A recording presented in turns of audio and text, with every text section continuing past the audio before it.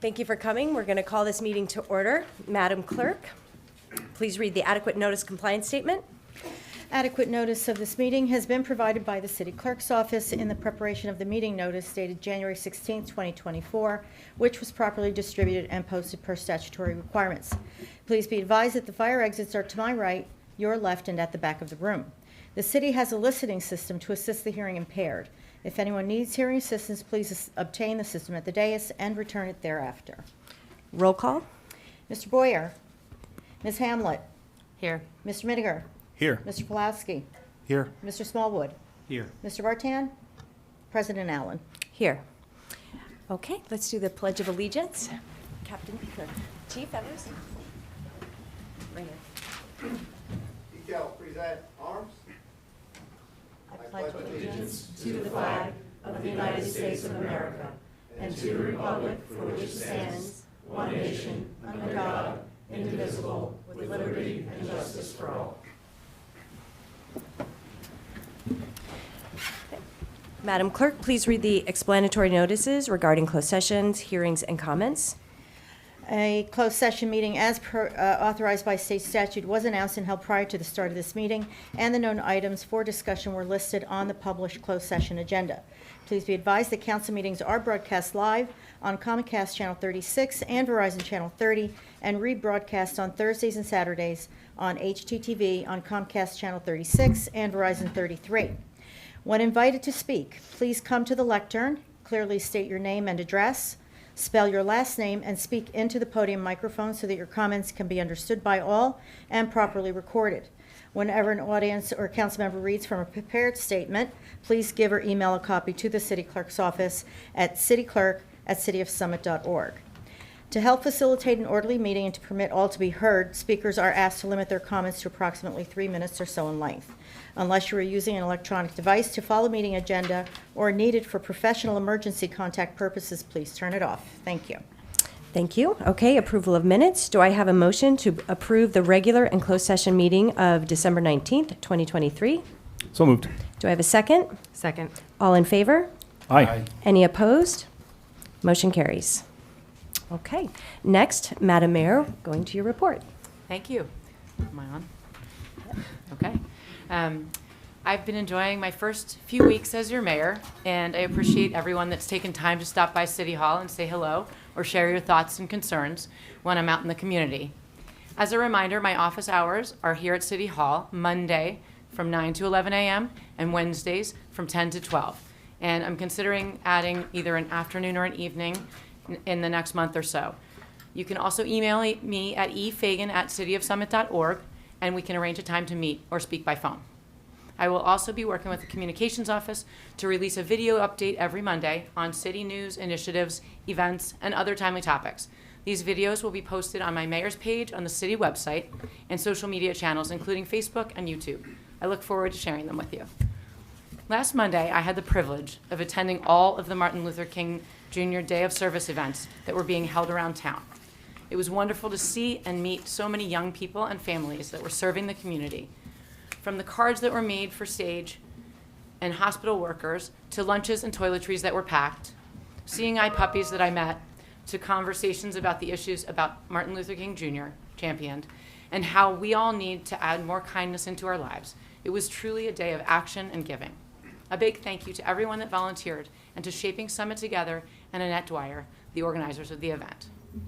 And last Friday, several council members and I were proud to participate in a ribbon-cutting ceremony at the opening of the MPATH, which is the Emergency Psychiatric Assessment, Treatment, and Healing unit at Overlook Medical Center, the first of its kind in New Jersey. This unit, specialized unit, takes behavioral emergency patients out of the emergency department and into a setting in which they will get the appropriate care more quickly. I was once again reminded about how fortunate we are to have Atlantic Health System as a community partner and Overlook as a resource for enhanced patient care. I also have one other thing I'd like to say, which is, as you know, there was significant public interest in what the prior council wanted to do with Broad Street West properties, as well as a significant public concern about the process that was being used. This council recognizes that there is still work to do regarding the existing firehouse on 7 Cedar Street and our continuing affordable housing goals. Additionally, the discussion needs to be transparent and inclusive of community input. To that end, I will be setting up a working group that will continue to study the possibilities for those properties and how best to continue working towards our affordable housing goals. I'll have more information for you on this working group at upcoming council meetings, so please stay tuned. Thank you. Thank you, Madam Mayor. And Business Administrator Rogers. Thank you, Council President. Good evening, everyone. I'm just going to give a brief storm report. We've had a couple of mild winters, so it's been a while since I've had to do this. But over the last couple of weeks, Summit and the broader region experienced significant snow and ice conditions. The city implemented specific snow and ice control measures during the storm last Tuesday that included applying 6,000 gallons of brine to roads prior to the storm, use of 250 tons of salt to prevent icy conditions, and 288 staff hours of plowing. The Division of Public Works, who I thought did a fairly good job given the circumstances and the conditions, was responsible for snow and ice removal on 68 miles of city streets. This responsibility did not extend to county roads. For snow and ice control on specific routes like 78, 124, and 24, the responsibility falls to the State Department of Transportation. This indicates a coordinated effort between different levels of government, city, county, and state, to manage the storm's impact effectively. The city used various communication channels such as its website, social media, and emergency alert systems, Smart 911 and Nixle, to inform residents about snow removal efforts and safety and snow removal guidelines. When residents were advised to remove cars from city streets during plowing operations, both the Broad Street and tier garages were available at no cost over the weekend. We continue to refine our efforts, conduct post-storm evaluations, and we've met with Mayor Fagan and members of council and staff to help identify ways to do better and improve operations. Snow guidelines with snow removal ordinance and parking information are posted on the city website for further review. So on to next item, Hometown Heroes program. Enrollment is now open for its 2024 Hometown Heroes program. The deadline to apply is March 31st this year.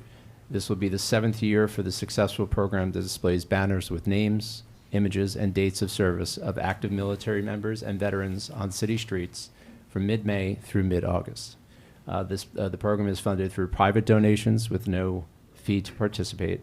Information on application requirements and how to apply is available at cityofsummit.org/hometownheroes. And then lastly, the PAL ping pong tournament will be held on Friday, February 2nd from 6 p.m. to 8 p.m. at the community center. The competition is open to children in grades 5 through 8 and will feature music and entertainment, pizza, light refreshments, and prizes. Ping pong balls and paddles will be provided, but competitors may bring their own to use. Registration through Civic Rec is required. There is no fee to attend. Please go to summitcommunityprograms.com for more information and to register. And that's all I have for this evening, Council President. Thank you. Thank you. Okay. Good evening. I am thrilled to address you tonight at our first regular business meeting of 2024. It has been rewarding to witness each member of our council setting into their respective committee roles with such enthusiasm and dedication. Council members, your commitment is commendable and a vital force in moving our city forward. We have important work planned this year. Our priorities are clear and focused, with the well-being and prosperity of our community at the core. Safety remains a paramount concern for us, and community engagement will be at the heart of our endeavors. Your voices, ideas, and feedback will be the guiding light for our decisions and our actions. We are committed to fostering a deeper connection with residents and business owners alike.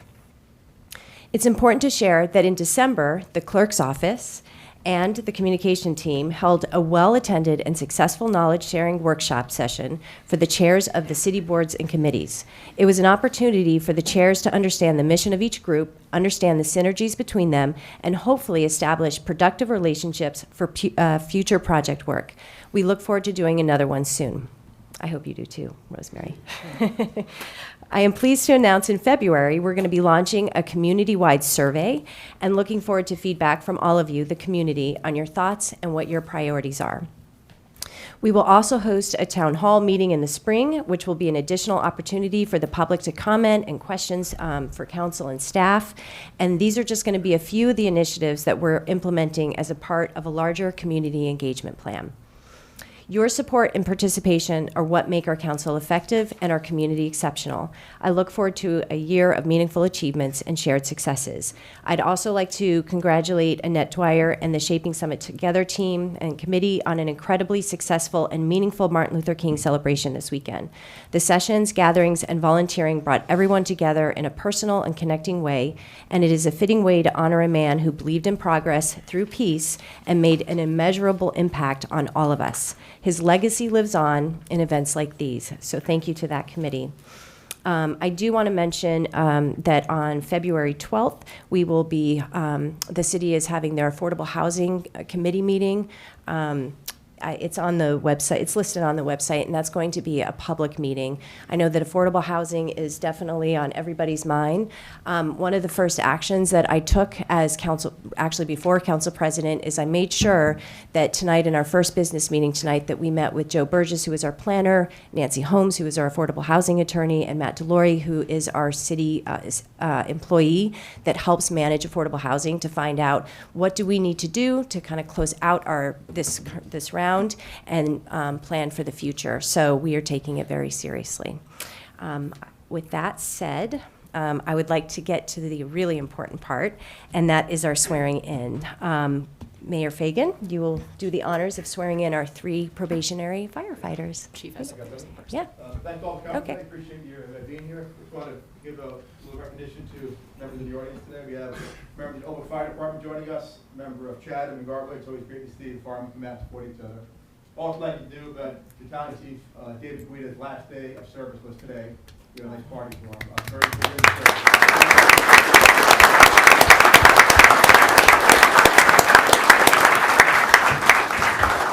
And as we swear these firemen today, we have 3 of them. Just want to tell the families to be in good hands. We'll give them the tools and training needed to get them home safe every day and to be all taken care of.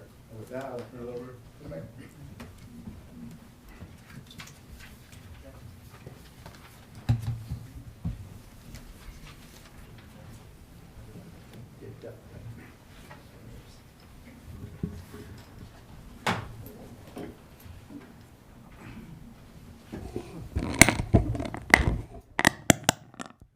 So I'm new here. This is my first one.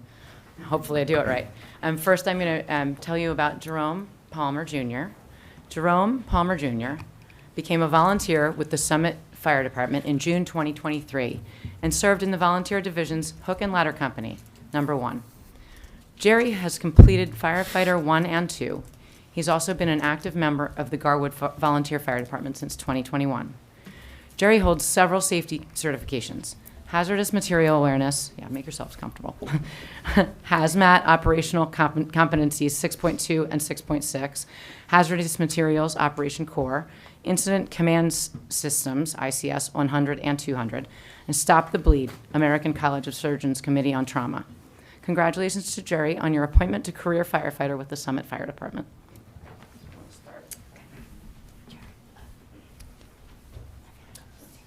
So you can see in front.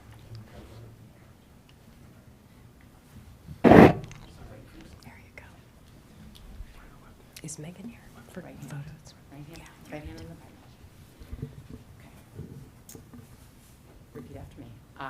I, Jerome Palmer, Jerome Palmer, do solemnly swear do solemnly swear that I will support the Constitution of the United States that I will support the Constitution of the United States and the Constitution of the State of New Jersey, and the Constitution of the State of New Jersey, and that I will bear true faith and that I will bear true faith and allegiance and allegiance to the same, to the same, and to the governments established and to the governments established in the United States in the United States and in this state and in this state under the authority of the people. under the authority of the people. I do solemnly swear I do solemnly swear that I will faithfully, that I will faithfully, impartially, impartially, and justly and justly perform all of the duties of the position of probationary firefighter perform all the duties of the position of probationary firefighter according to the best of my ability, according to the best of my ability, so help me God. so help me God.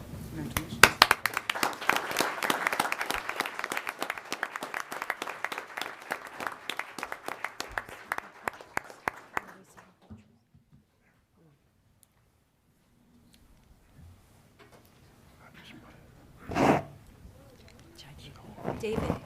David, can you take pictures for them?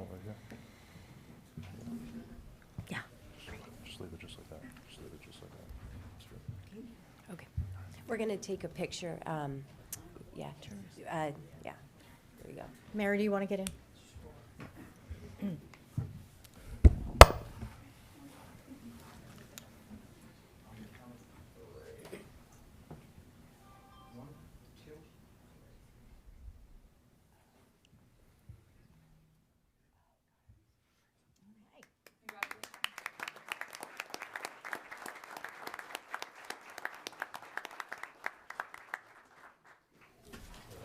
Mayor.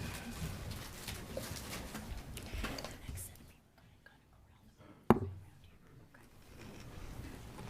like to call William Melick.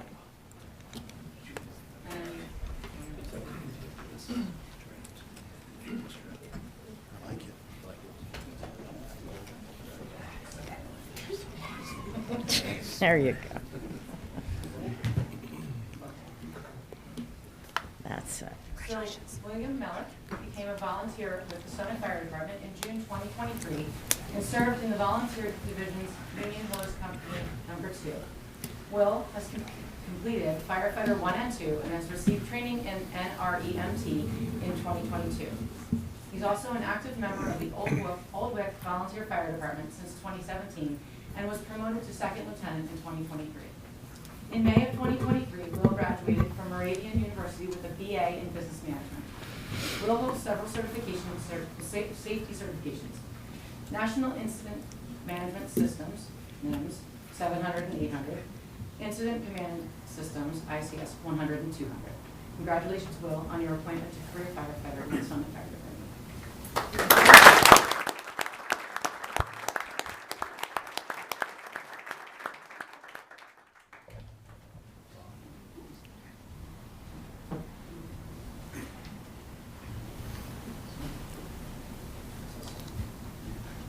Repeat after me. I, William Melick, do solemnly swear I, William Melick, do solemnly swear that I will support the Constitution of the United States that I will support the Constitution of the United States and the Constitution of the State of New Jersey, and the Constitution of the State of New Jersey, and that I will bear true faith and that I will bear true faith and allegiance and allegiance to the same, to the same, and to the governments established and to the governments established in the United States in the United States and in this state, and in this state, under the authority of the people. under the authority of the people.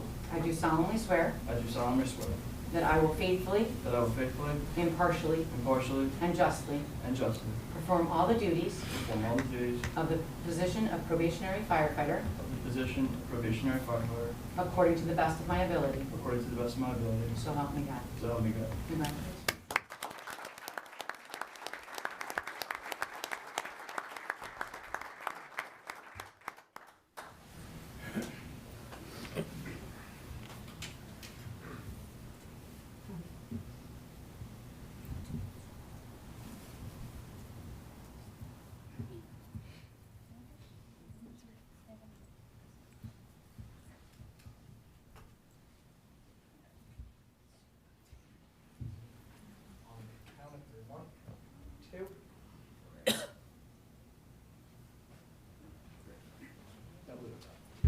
Congratulations. Congratulations.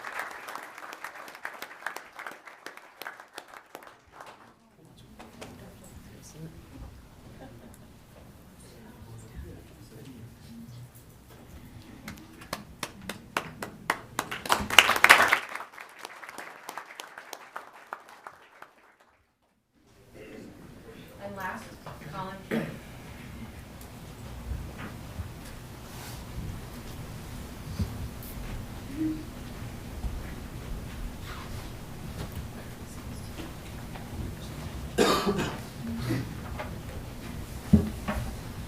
Colin Kidd became a volunteer with the Summit Fire Department in June 2023 and served in the Volunteer Division's Hose Engine No. 2.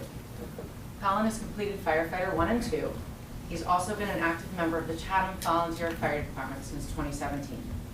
Colin holds several safety certifications: Incident Command Systems 100 and 200, National Incident Management Systems, Fire Inspector, Hazardous Materials Responder Level 1 and 2, Hazardous Materials Operation Corps, Hazardous Materials Awareness, Bloodborne Pathogens, Vehicle Rescue Operational Level, machinery rescue, awareness ops, and technician levels.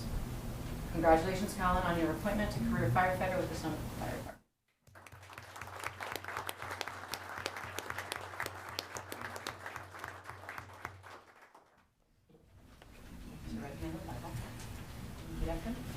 I, Colin Kidd, do solemnly swear I, Colin Kidd, do solemnly swear that I will support the Constitution of the United States that I will support the Constitution of the United States and the Constitution of the State of New Jersey, and the Constitution of the State of New Jersey, and that I will bear true faith and that I will bear true faith and allegiance and allegiance to the same, to the same, and to the governments established and to the governments established in the United States in the United States and in this state and in this state under the authority of the people. under the authority of the people.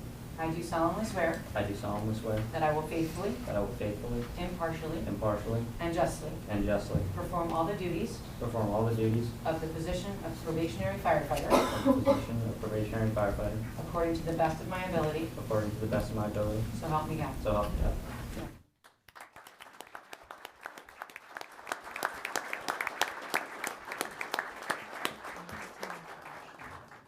Grayson, here, give me a second.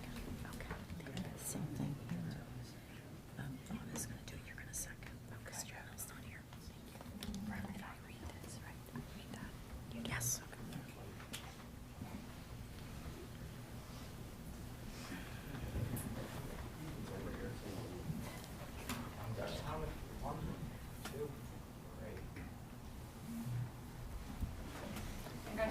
Very good.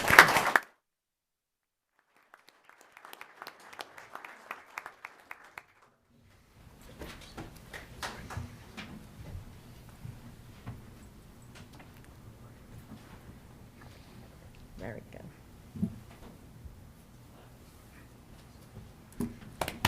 Yeah, thank you.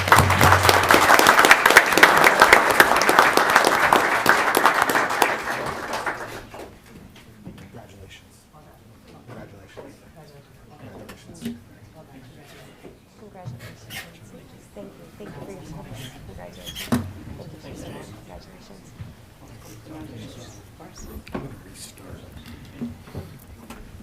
Congratulations. Congratulations to everybody. Congratulations to the family and to our fire department.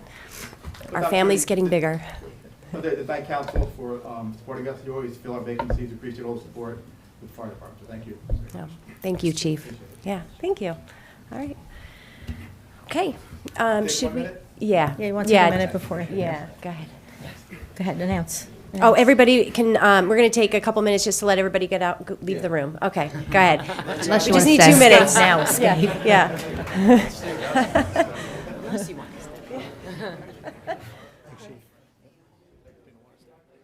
You're all by yourself over there, Kevin.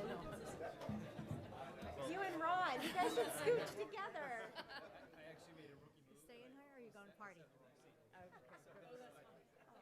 you. I'm so sorry I didn't make it to the retirement today. I'm sorry. Thank you.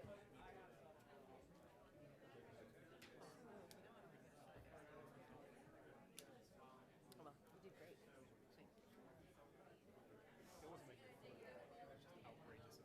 David Guida.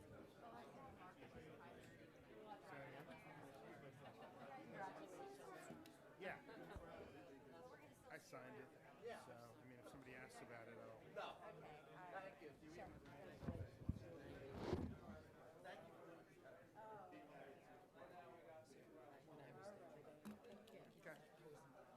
Yeah, thank you. All right, thanks.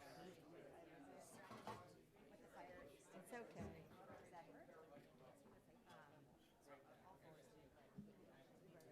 not too hard.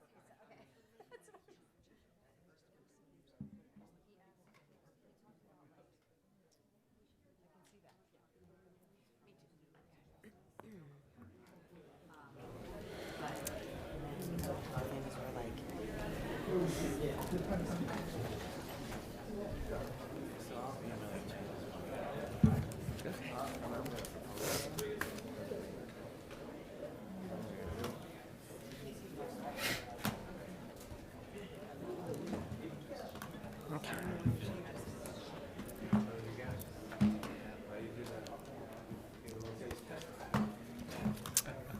Okay. Do I have to hit this again? Gavel? All right, you have to really hit this. You do, you have to, I mean, yeah. Okay, we are on to the public comment section. At this point in the meeting, council welcomes comments from any member of the public about issues that are not topics on tonight's business agenda. Whenever an audience or council member reads from a prepared statement, please provide a copy to the city clerk at cityclerk@cityofsummit.org. To help facilitate an orderly meeting and to permit all to be heard, speakers are asked to limit their comments to 3 minutes. And when you come to the lectern, please state your name and address clearly. Thank you. All right.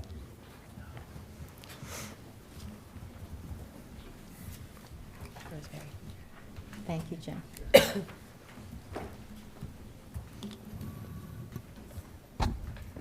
Yes, good evening, Mayor Fagan, Council President Allen, members of Common Council. I'm Jim Bennett, B-E-N-N-E-T-T, 38 Fairview Avenue. And I'd like to start by saying I was pleased to see the continuation of the tradition of awarding chairs to the outgoing mayor and members of council.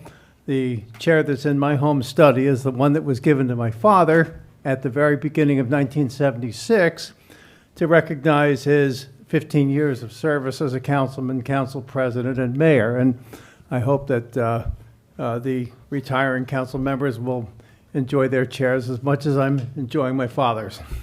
So let me get to the reason I'm here. I'm here to talk about Summit's debt level, which is excessive despite the AAA credit rating. The latest unemployment and inflation data suggest that the Fed isn't going to lower interest rates anytime soon, but the city should not be making plans by trying to second-guess the Fed.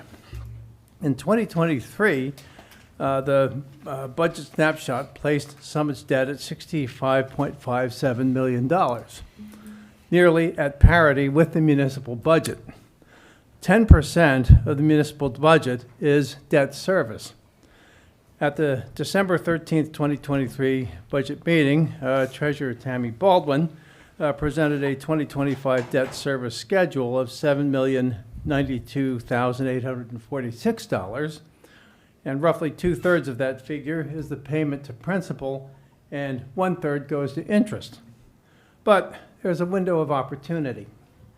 A popular talk show host advising individuals on getting out of debt recommends a strategy that applies equally to municipalities. He calls for setting aside a recurring amount to first pay off the smallest debt.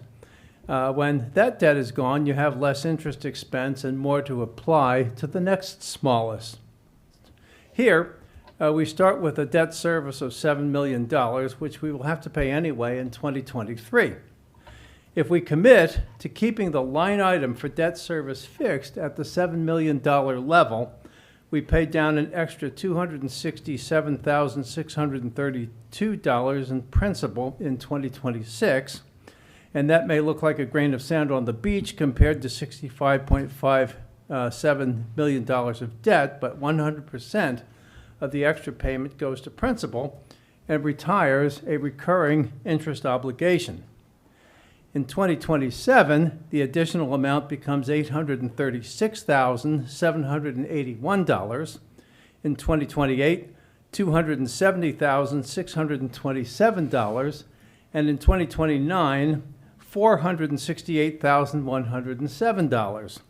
For those 4 years, we retire $1,842,147 in principal that we would not otherwise have retired, or close to 3% of the debt.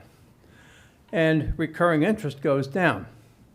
We could even start this year and reduce the debt principal by $132,260. If we shave the proposed capital improvement plan without unnecessarily deferring capital costs, we could make even more progress. And if we sell an asset, such as the current fire headquarters property, and put it on the tax rolls, we need to apply 100% of those proceeds to debt amortization. At the capital budget meeting, I suggested a public-private partnership for recreation projects, as we did with the Summit Tennis Association, as a tax-efficient method to raise capital. we could run the project through the Summit Foundation to make contributions tax deductible. We may not start with the smallest debt first, but instead call or partially call the bonds with the highest interest rate. Or we could borrow less for the next capital project and pay more in cash from the funds we gain by freezing debt amortization at a higher level. Either way, the result is less municipal debt. The initiative has to come from this and future councils. This council cannot bind future councils, but if this council were to adopt a resolution to embark on the track that I'm proposing, future councils would sense themselves bound to stay on course. If this council agrees with this framework, we have a talented city administration to make the plan work. So please let me know how I could help in drafting a resolution or in some other way. Thank you. Thank you.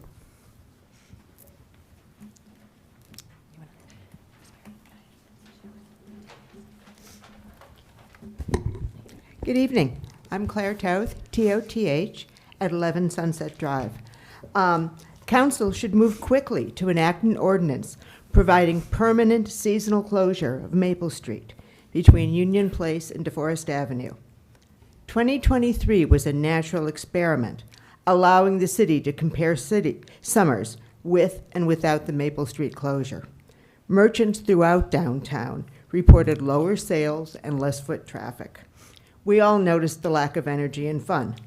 Downtown Summit was dark and lifeless by about 9:30 on summer weekends. As we all saw in 2022, a closed Maple Street combined with indoor restaurant dining at capacity allows for significant public open space. Summit Downtown has repeatedly stated that it has the funds to purchase street furniture for that public space, along with more attractive bollards to protect it. This will allow all Summit residents to enjoy a vibrant, energized downtown during the warm weather months. 2 separate surveys, one conducted by you, Council President Allen, and one commissioned by SDI, have unequivocally demonstrated broad public support among residents for this initiative. Responsible leadership, as you have said, is more about just making decisions. It's about actively listening to and soliciting resident feedback and understanding the pulse of the community. So council should hear the voice of the community and move ahead with a permanent seasonal closure of Maple Street. Thank you. Can I just make a quick recommendation? Claire, what I would have you do is send in an official email to Rosemary. I sent through the comments last week. Excellent. Okay. As a request? Okay. I'll have to look again. Okay. I don't remember seeing it, but, Just before you canceled the meeting. okay, I'll look Oh, again. gotcha. Okay, perfect. And then it'll go to a committee.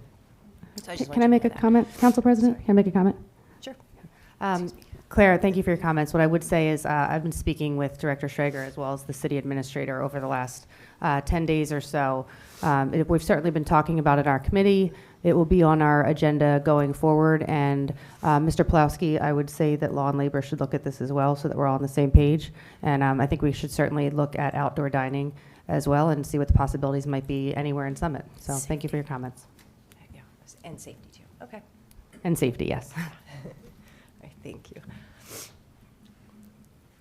Michelle Kalmanson, 67 Butler Parkway. It's Kalmanson. I was at the budget meeting workshop in December, and on the proposed budget, there was permanent lighting for Tatlock, and I asked when the neighbors could expect to hear something about that, about a plan. And I was told very soon be looking for something in January. So we still haven't heard anything, and we're curious to know, is there a plan, and when will we hear it? Yeah. Well, what I will say is, and I'll give this to you, Councilman Smallwood, but what I'll say is the capital budget is always the wish list for all the department heads. So as they go through the budget process, we'll go through what the priorities are. I know that this has been on for many, many years, so I don't know who I should kick this off to. Normally, we wouldn't go back and forth, but this is a pretty easy answer. Okay. Mark? Yep. Okay, Mark. Yeah. Only because the budget process, generally, it's all the list of everything that everybody wants, so. Through you, Council President. So this has been on our radar for at least 2.5 years. It was a request. It was a request from me, and that's all it was. There's still a lot of input that we need to get from the neighbors. There needs to be a lot more discussions before this goes any further. So, you know, I know some folks are worried down in that area, but nothing has been officially decided at this point. Okay.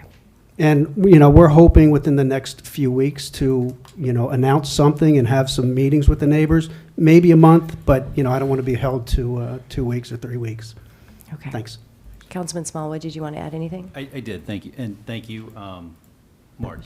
And Michelle, thank you for bringing that up. I did speak with a few residents over the past week regarding the proposal or the slide that was on the preliminary budget, and I did offer to meet with them, and she wanted to gather her thoughts and possibly get some other neighbors, and I'm certainly happy to meet with anyone next week, because before anything ever gets brought to council, we would certainly involve the community, and I was actually talking with Councilwoman Allen that what we want to do is really put together a subcommittee of that would include residents who would be extremely affected by this. So this is something that we're going to explore. It was on the agenda, or on Mark's agenda, to hopefully look into for this year. But certainly nothing would ever come to council without any community engagement. And I'll certainly make sure that you're involved as well. May I make a comment, Council President? Sure. And I would say that this has been in Councilmember Miniger and I's committee as of last year, and Andy chaired that the year before. So I think our last meeting in that was January of 22. The last meeting we had, I believe, Mark, was January of 22. So we haven't talked about it much since, but you know, certainly engage the residents, and thank you for your comments. You know, and I just want to say one other thing. My commitment to the community is that any initiative that happens, those initiatives or projects that occur in whatever neighborhood, there will always be a subcommittee at this point. I really feel as though any subcommittee should have voices, a diverse and inclusive group of people that are affected, people who are for a project and so forth, because they really need to come to some kind of consensus before it even goes back to a larger committee that should also be on board. And then by the time it makes it to council, you feel that this has been pretty fully vetted. So that would be my goal. So that's on anything, not just on Tatlock lights. So, okay.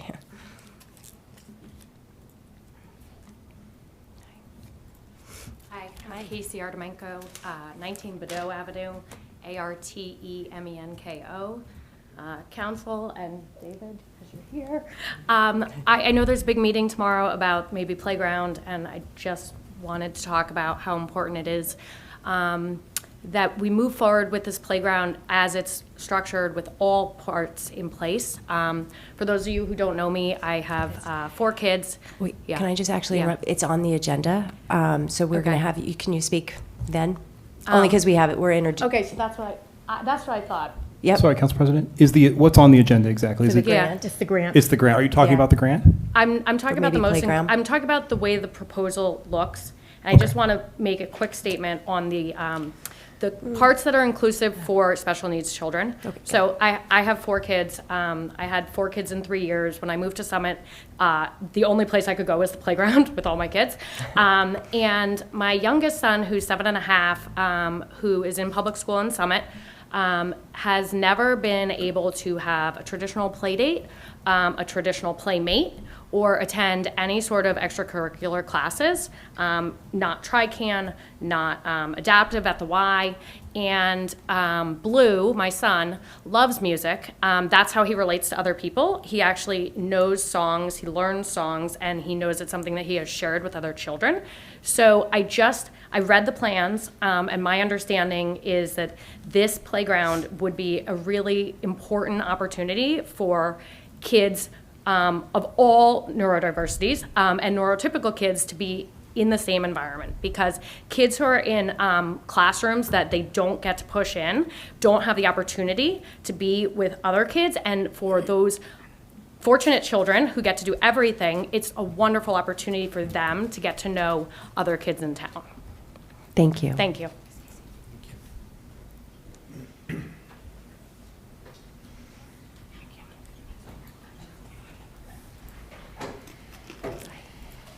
Good evening, Diego Hoyk, 9 Argyle Court. Thank you, Administrator Rogers, for the update on the snow removal.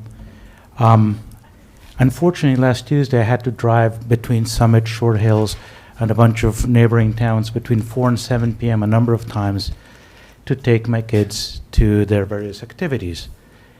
And I have no way of knowing whether 6,000 gallons of brine is a lot or not, or 250 tons of salt, or the number of hours that the staff spent cleaning the streets.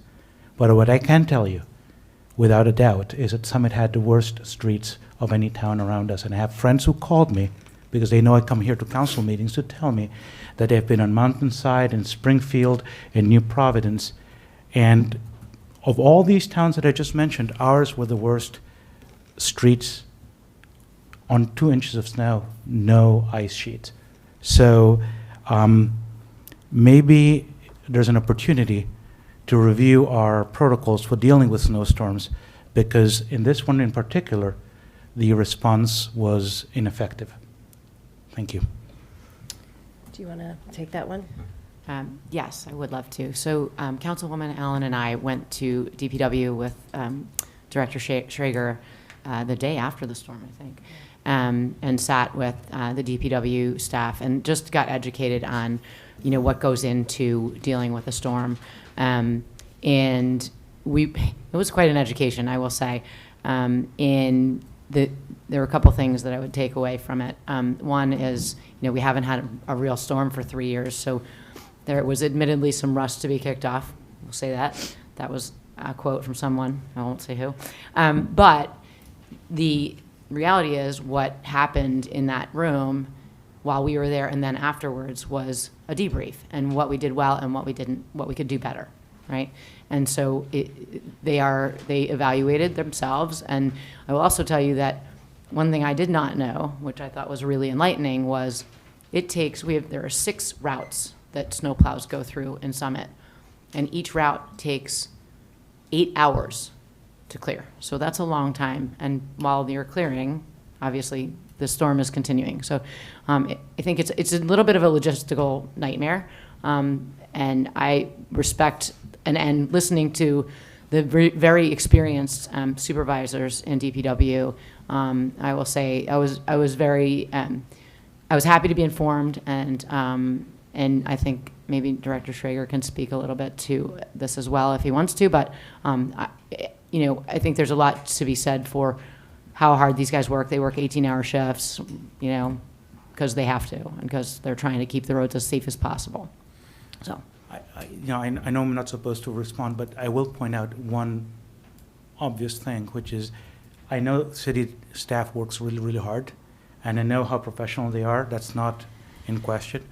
The point is that perhaps our protocols are not right, because the streets in all the towns that I just mentioned earlier were pretty much cleared of snow. And once you got into Summit, and I was driving a rear-wheel drive car, it starts fishtailing, and you really, really, really feel it. Okay. May I make a comment, Council President, real quick? Yep, go ahead. Thank you, Diego, for your comments. And I will say that this is falling in my committee with Director Schrager, and I think we spoke more in the last 5 days probably than I know more about snow removal now than I ever really thought I would know.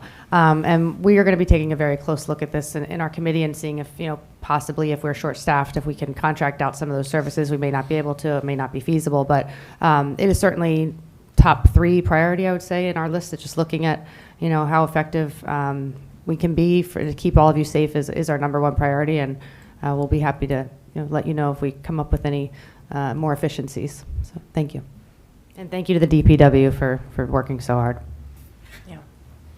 Yeah, and safety is top priority. One thing I would say is, some of these guys are in their 20s, and so they're on Facebook too, and they see that they feel as though, that people were not necessarily happy with the job that was done. And when we went and met them in person, They were like, listen, we're down 3 people, which is not an excuse.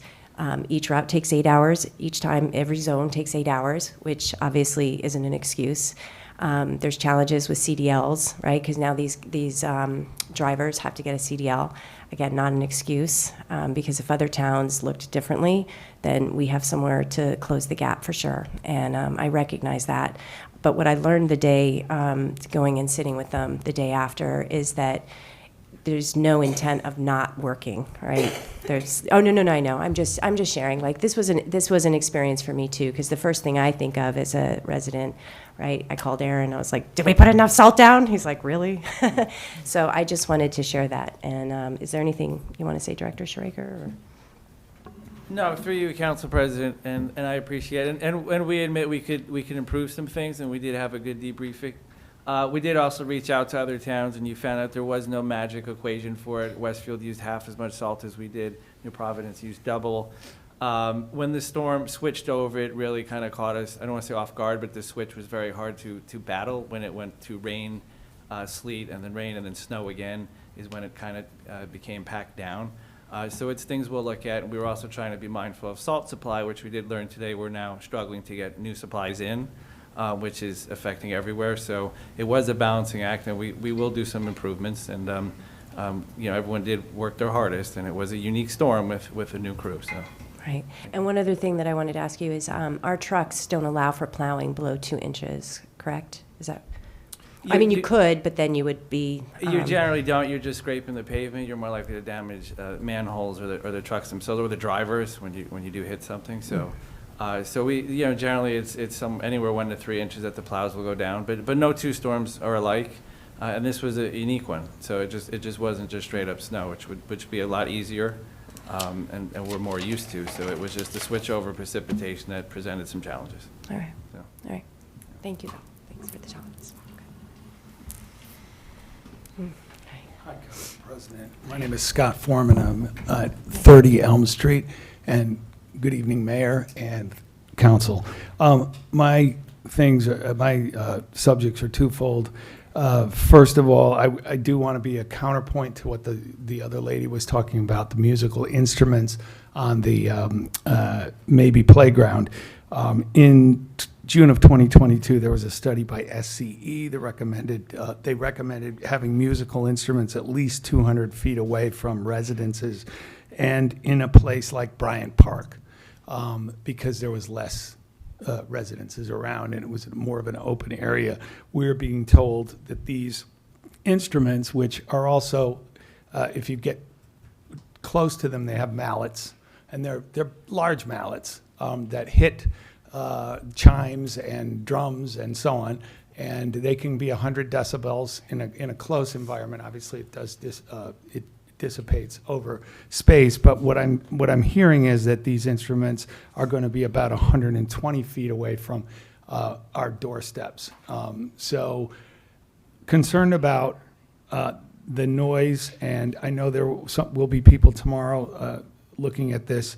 I did go and visit the ones in New Providence, and they are a little bit, they're spread out by, they're near a street, and there is one house nearby, but I don't know exactly how close it was. I didn't study the closeness of it. So my recommendation is something like maybe applying to what the study says, to putting them in Bryant Park.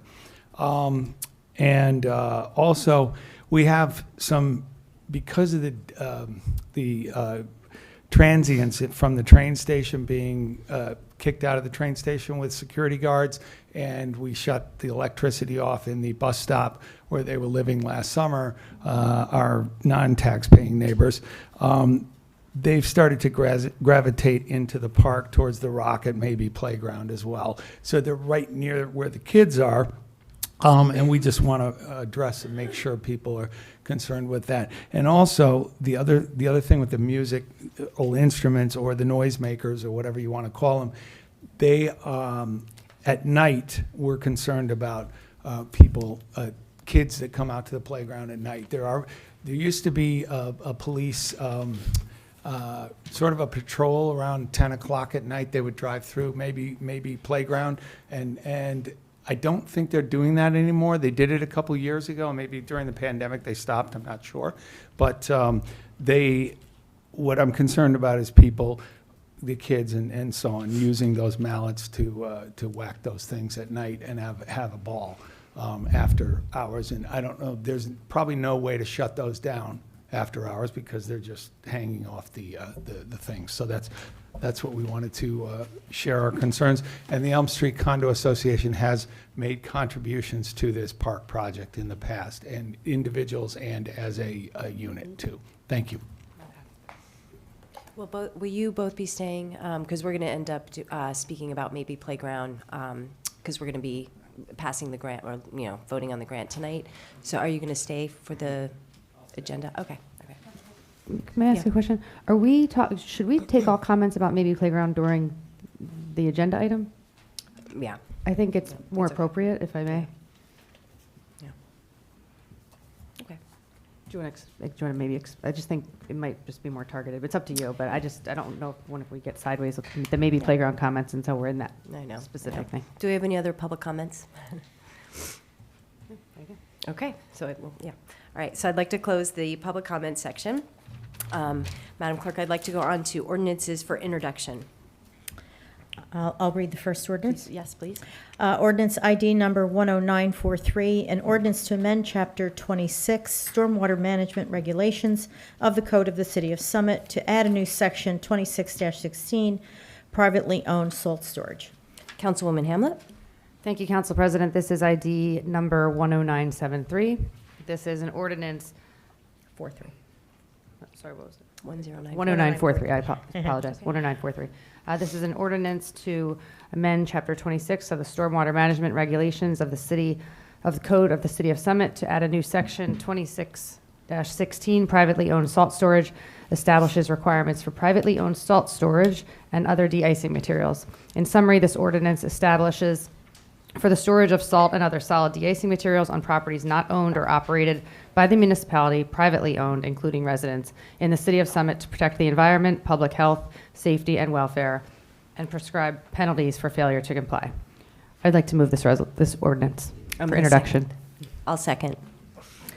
Madam Clerk, roll call, please. Ms. Hamlet? Aye. Mr. Miniger? Aye. Mr. Pulowski? Aye. Mr. Smallwood? Aye. President Allen? Aye. Motion carries. Okay, the hearing will be on February 6th. Madam Clerk, could you please read the next ordinance for safety and health? ID number 10973, an ordinance amending Chapter 3 Police Regulations of the Code of the City of Summit to add a new Section 3-16 entitled Resident Protection. Councilman Pulowski. In Councilman Boyer's stead, who sends his regrets, he's got the flu. I'd like to introduce ordinance ID number 10973. The City of Summit, mirroring trends across New Jersey, has witnessed a continuation in crimes that threaten the sanctity of our homes, the security of our possessions, and the mental well-being of our residents experiencing this trauma. Motor vehicle thefts, burglaries, and home invasions are not just statistics in a report. They represent a direct assault on the peace and safety of our residents. This ordinance, officially known as Resident Protection, seeks to amend and supplement Chapter 3 Police Regulations of the Code of the City of Summit. It is a testament to our collective determination to combat and deter the growing menace of personal, property, and violent crimes. By establishing a new Section 3-16, we are taking a firm stance against those who would trespass with criminal intent, including acts of tampering or committing theft, unlawful taking of motor vehicles, engaging in breaking and entering, burglary, or home invasion. Our primary duty as members of the Common Council and as stewards of this city is to ensure the safety and well-being of our residents. This ordinance is a step forward in sending a clear message that the City of Summit is proactive, vigilant, and unwavering in its commitment to safeguarding its residents against the threats of property and violent crimes. In terms of penalties, we have proposed measures that are both stringent and just, reflecting the seriousness with which we view these offenses. We believe that the imposition of substantial fines and the possibility of imprisonment or community service will serve as a practical deterrent to would-be offenders. We look forward to a robust hearing with the residents on this ordinance February 6th and move to adopt this ordinance. I second. Okay, roll call, please. Council President? Yeah. May we make comments in an introduction? Sure. Is that okay? Yeah, sure. So Councilmember Vartan is at a wake this evening, and he asked me to read a comment on his behalf here tonight. So I will do that if that's okay. Yeah. And then I actually have some comments as well. Okay. So from Councilmember Vartan. Thank you, Madam President. First, I want to start by saying what I've said many times before. No one deserves to be the victim of a crime. The first and most important responsibility of any government is the health and safety of the people. The ongoing attempts to steal vehicles, actual theft of vehicles, attempts to break into homes, and actual burglaries are an issue that needs to continue to be a top priority for this government, the county, and the state government. So with that baseline, I want it to be clear that I understand, appreciate, and respect the intent of this ordinance. Practically speaking, however, I believe it's in its current form, this ordinance will, as written, will not achieve the desired result and potentially negatively impact both residents and the police department. I'll explain why. First, just to be clear, for those in the audience and those watching at home, trespassing, attempted motor vehicle theft, attempted burglary, and burglary are already illegal. They're in the state criminal code, and it's up to the discretion of both the arresting officer and the prosecutor to decide who gets charged with those crimes. People who attempt to steal a car or break into a house should be caught and held responsible. So what's the problem with this local ordinance? I believe as written, this will essentially criminalize at the local level behavior that is actually quite normal. Here's a couple examples. My house, meaning Councilmember Vartan's house, has a screen door to a covered porch, and the doorbell is on the door inside the porch. A driver on the street in front of my house gets a flat tire. The driver walks up to my driveway and inside my porch to ring my doorbell on my front door to see if I can be of assistance. What about someone who's been delivered a piece of mail that belongs to their neighbor by mistake? The neighbor they're delivering the mail to has a mail slot on the inside door. So the neighbor opens up the storm door to put the mail into the slot. Technically, as written, both of these people have just violated the new local ordinance. But okay, if those two seem too far-fetched, how about these other examples of pretty regular activity? DoorDash, Instacart, and Amazon deliveries, they often have a walk-up driveway, they have to walk up driveways, pass cars, and open doors on porches and take pictures of what they've just dropped off. High school students who are out raising money for the football team or for the band. All of us up here who campaign for political office, everyone on the dais has knocked on hundreds or thousands, in my case, I'm saying that's a little, whether we've opened a storm door, gone onto a porch to ring a doorbell, or other activities. We've probably all done things that we know now would be considered an illegal violation of this local ordinance. All this is to say, there are still perfectly legitimate reasons to be going onto someone else's property. My practical concern here is twofold. First, that people are going to get the police called on them and technically be in violation of the law over what is essentially normal behavior. But second and most important is that by having this to deal with this, the police will be pulled away and wasting time and resources from what they're actually doing to actually patrol, prevent, and deter crime. So again, I'll reiterate, I think the intent here is good, and I totally get it. We want to be able to say, hey, look, in the first business meeting, the first month, we took action. We're tough on crime. I get that. But this ordinance is simply not ready. We need to do things right, not just fast. Thank you. And then my comments. So I want to echo an important piece of Councilmember Vartan's comments here. Safety and health is a top priority of government. And so reducing car thefts and home break-ins should be something we aim for at the local level, and I totally agree with that. I share that goal, absolutely. But I also agree that this ordinance is not ready for prime time right now. It needs clarification. The issues that could result in wasted police time need to be addressed, and the due diligence expected of an ordinance affecting public safety needs to be put in. Due diligence is difficult. Public safety ordinances are too important to this city to take shortcuts. Please take this back to the safety committee, rework the language so that it might function without unintended consequences and without wasting the time of the police. Give it the time and the effort it actually deserves. So until then, I will also be voting against this. Any other council members? May I make a comment? Sure. Andy, the one thing I would say is it sounds as though you and Councilmember Vartan think, though, any DoorDash or any Amazon, this is if someone is caught doing something illegal and a resident presses charges, correct? I mean, maybe the chief can come up here and comment, but this ordinance was fully supported and vetted through our Public Safety Committee, has the support of our police chief, and I'm proud to say that within 23 days in January, we are pushing this ordinance and we are pushing a safer town for the residents of Summit. And I applaud Chief Zagorski, Bob Pulowski, and Jim Alboyer for putting the safety of Summit first. And so congratulations, and really looking forward to making our community safer. Chief, would you say a few words? Is that possible or no? I mean, they're pretty serious accusations I know it's not a hearing, but they're pretty serious accusations that our chief does not support this ordinance. I think the questions are amongst the council, not perhaps getting, your call. Well, let's finish the council comments, just because there is a hearing on this. And I don't want to get in a situation where, because the public cannot comment tonight on this. That's fine. So May I? So, through Council President? hold that Yep. thought, because are you going to say something, Councilman Pulaski? Yeah, I would just say that you guys need to get a little more specific with the provisions that you have a problem with. I would dispute that many of the examples that you guys gave would actually be violations of this ordinance. And I'd be very happy to listen to any suggestions you have for revisions. And then we can, determine whether we want to go forward with a vote at the next meeting. But, as of the moment, you haven't said anything that would change my mind. Well, okay, I did.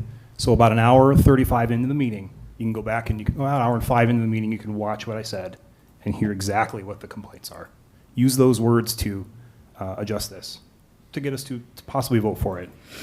But also there was something said about accusations that the chief doesn't support that. That is out of thin air. I just want to put that out there. I never said anything about the chief supporting it. I know there was a letter in the original packet. Was there a letter in the original packet from the chief on this ordinance? No. I'm not sure. There was not a memo. There was, and it was removed. Why was that removed? It was a misprint, Andy. Yeah, I'm sorry. It was not his memo. Right, it was yeah. It was Sorry. it was It was a actually a technical error. duplication insult. But with that said, I think it is an important statement, because if you, Andy, or Councilman Miniger, I don't know if it would be helpful for the chief to come up to say something. Would you like that to happen? To feel more comfortable with where you're at right now?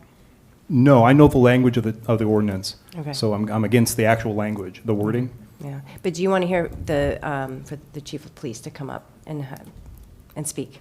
Absolutely, yes, Okay, always. all right, so we'll do that then. I'm a big fan. I would just, This is very unconventional because we're not in a hearing, but I think that in order for this vote, I think Councilman Miniger would like to hear from the chief of police to make sure that he is making a educated vote, or if there's anything that you can say. Chief of police, Chief Zagorski, can you come Council up? President, real quick, can I just say, Andy, I apologize. I didn't mean to say that maybe my wording wasn't correct, but when you said we were going to be overreaching on the police and causing maybe staffing problems, I just wanted to make sure that you knew that our chief has fully vetted this ordinance and has the approval. And maybe it may have been in Councilman Vartan's comments, but it was alluding to this ordinance would cause unnecessary calls to the police, wasting police time, and I just don't see it that way.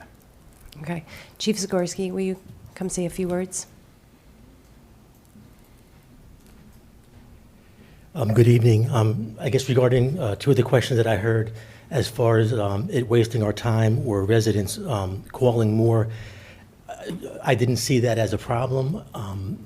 I would think that whatever the residents saw that would make them call under this ordinance, they would call without the ordinance as well. I don't think it would generate any more calls.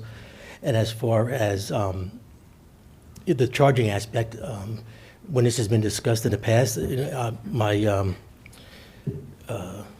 how I feel about this is that we wouldn't use this, just charge this ordinance alone. It would be in conjunction with criminal charges that pretty much mirror the ordinance charges. we wouldn't, just based on one action, seeing someone just touching a doorknob or going onto a porch, that we would, before we would even charge criminally or with this ordinance, we would need more than just that, that alone. And I think the way the ordinance is written, it comes across as that's all you have to do, but then it starts naming, you know, in the course of committing a crime, like going into a house or breaking into, stealing a car. So just the action, my interpretation is just the action of grabbing the handle alone with no other factors. You know, the police wouldn't be using it to charge anybody with that. And it's my understanding that you would actually have to be brought to a police station, like you were caught in a crime. And is that accurate? Well, technically, if you're charging someone just with a city ordinance, it's a summons on the spot and okay. release. But I don't envision that ever happening, you know, under this ordinance. I see it as, you know, hand in hand with a criminal charge. Gotcha. Because if you meet the elements of that ordinance, you're going to meet the elements of a 2C criminal charge. Okay. Councilman Miniger, do you have any questions for the chief? I don't. Thank you very much. Okay. All right. Any other council comments? Okay. Madam Clerk, roll call, please. Ms. Hamlet? Aye. Mr. Miniger? No. Mr. Pulaski? Aye. Mr. Smallwood? Aye. President Allen? Aye. Okay. The hearing will be on February 6th. I think we'll have a full house that night, which is good. This is actually a really important dialogue. I think that wherever you stand on this issue, safety is going to be a big focus of this year, and we're not always going to agree on everything, but we've got to be able to come together and have the dialogue and the discussions on how to solve these issues. So if we don't do it here, it's not going to get done. Okay, I'd like to move on to resolutions, community programs, and parking services. Councilman Smallwood. Thank you, Council President. I am pleased to present Resolution ID 10932, which seeks authorization for the submission of a grant application to the New Jersey Department of Environmental Protection for the Maybe Playground Improvement Project under the Green Acres Jake's Law Grant Program in the amount of $750,000. If approved, this initiative will mark Summit's inaugural endeavor towards establishing a fully inclusive ADA accessible and intergenerational playground, setting a milestone in enhancing community, accessibility, and engagement. I move to adopt this resolution. And I second. Okay. Council comments? Yes. Thank you, Council President. So this grant application, this project is long overdue, much needed update to the playground right in the heart of Summit. It's a backyard for kids without a backyard. That's not my quote. I've heard that quote before.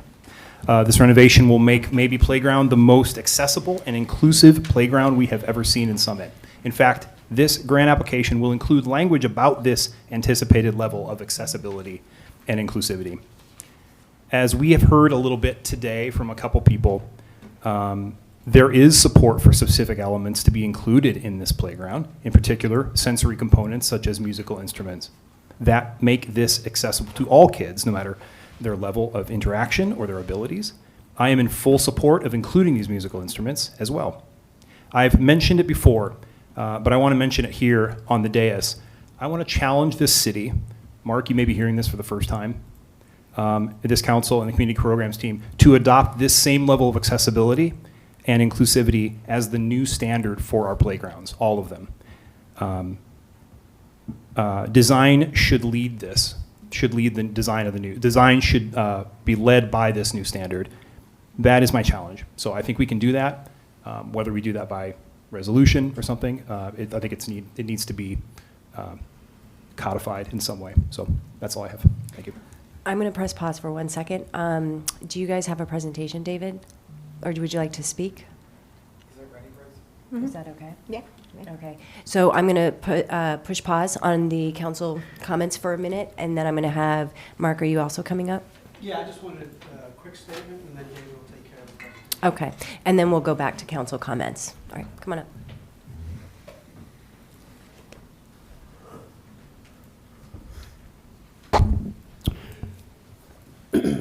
So thank you, President Allen, Mayor Fagan, and members of council for allowing us to discuss the Green Acres grant for Maybe Playground this evening. going to let David Guida discuss Maybe Playground, the Green Acres grant, and answer any questions that may pertain to this project. But before I bring him up, we are so close to making our dream, elected officials' dream, and the Summit residents' dream of a new state-of-the-art playground that services 100% of our community. And with council approval tonight, allowing us to apply for the Green Acres grant gets us even closer to making our dream a reality. My colleague, Assistant Director David Guida, took it upon himself to meet with Green Acres down at the League of Municipalities, met with our grant writer, Karen Spicer from Millennium, and has been working with our engineering consultant to adjust the plans so they would fit into the scope of the grant. I would personally and publicly like to thank David for his hard work, dedication, and going the extra mile to get this project done. Thank you. David, just make sure the clicker is on the side. Perfect. Let's see. There's a little, Oh, there we go. there you go. Wait, maybe.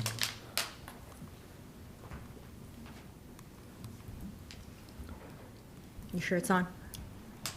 I think so. Right and left.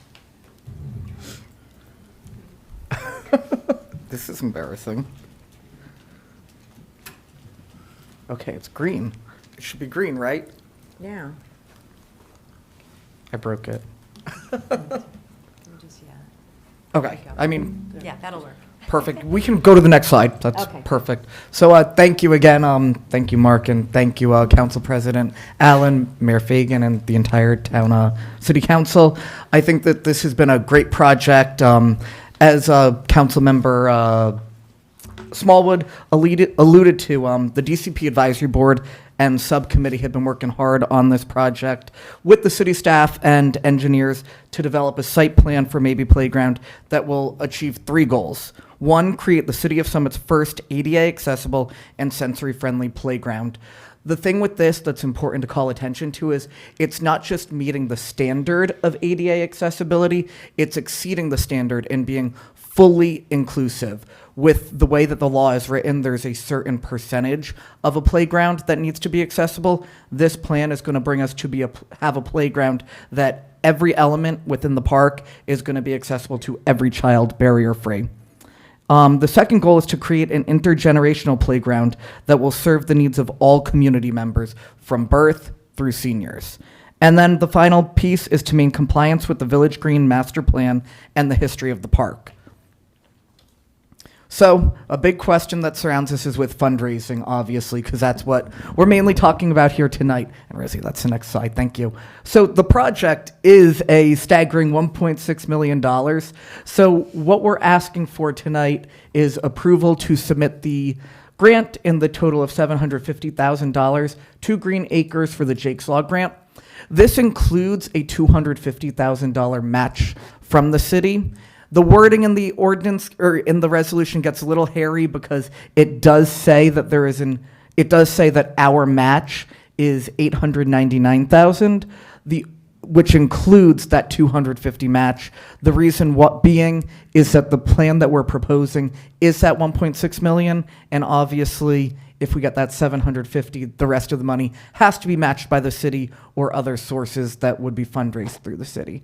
So just a clarification on that, because I know that that's a confusing point in the way that the resolution was written. And just an update so far on the funding to date. We have a bunch of grant funding. We want to thank the Summit Foundation publicly. They have decided to support the zip line the dual lane zip line that is going to be in the park. So they are completely funding that, and we're going to be talking about it a little bit later, but there are going to be other fundraising campaigns, and we hope that other nonprofit organizations and even for-profit organizations within the city may jump on and also sponsor items within the park. So this project seems like it has been going on for a while. So in the capital budget in 2021, a study that was mentioned earlier was approved to take place to develop a plan for all of our playgrounds within the city. So then, because budgets take a while to approve for funds to become available, finally in the spring of 2022, suburban engineers, after the project being bid out, were awarded to complete the assessment of our parks.